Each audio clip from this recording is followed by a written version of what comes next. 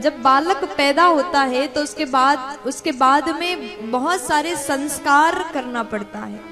हमारे धर्म में 16 संस्कार का उल्लेख आता है, 16 प्रकार के संस्कार होते हैं, लेकिन यहाँ पर एक भी संस्कार नहीं हुआ। सुखदेव जी आए, उनका जन्म हुआ और जंगल में तुरंत चल दिए।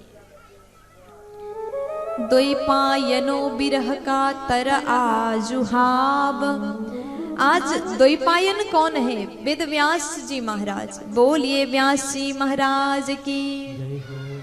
आज श्री द्वैपायन व्यास जी महाराज पुत्र के विरह में कातर होकर के विरह का तर आजुहाव, बेटा को बुला रहे हैं, हे पुत्र रुक जाओ, मुझे छोड़ के मत जाओ। देखो माता पिता का जो प्रेम होता है ना अपने बच्चों के प्रति, ऐसा ही होता है। थोड़ी दिन के लिए अगर आपका बेटा आपसे दूर चला जाए तो माता पिता को अत्यंत दुख होता है, कष्ट होता है, रोते हैं, कोशिश करते हैं कि रुक जाए।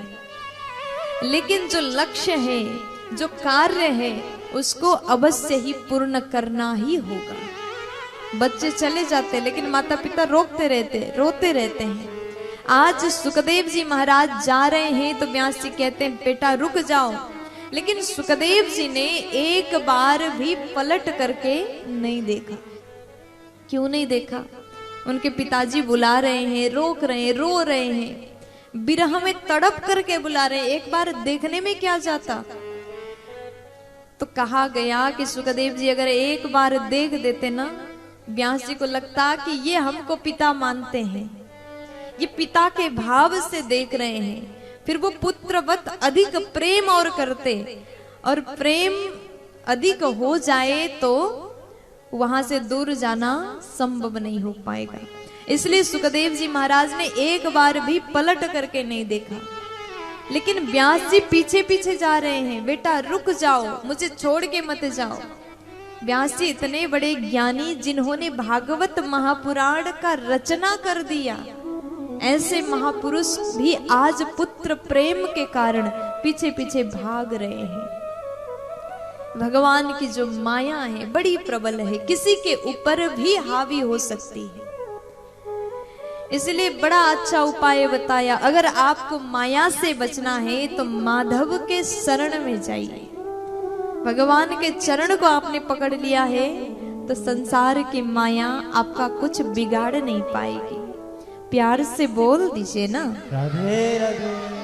तो बन के प्रत्येक वृक्ष कहते हैं कि महाराज आप इतने बड़े ज्ञानी, आप तो परोपकारी, आप तो संत हैं, लेकिन आप अपने बेटा को इस प्रकार बुला रहे हैं। देखो प्रभु, ये जो सुखदेव जी हैं, ये साक्षात आप ज्ञान रूपी वृक्ष में फले हुए एक फल है, जो किस भाव से जा रहे हैं, लोक कल्याण के लिए, संपूर्ण प्राणी के कल्याण हेतु वो वन में जा रहे हैं, तपस्या कर रहे हैं, सभी का कल्याण करने के लिए सुखदेव जी का आगमन हुआ। लेकिन आप इतने बड़े ज्ञानी होकर के, परोपकारी होकर के इस बात को नहीं समझ रहे।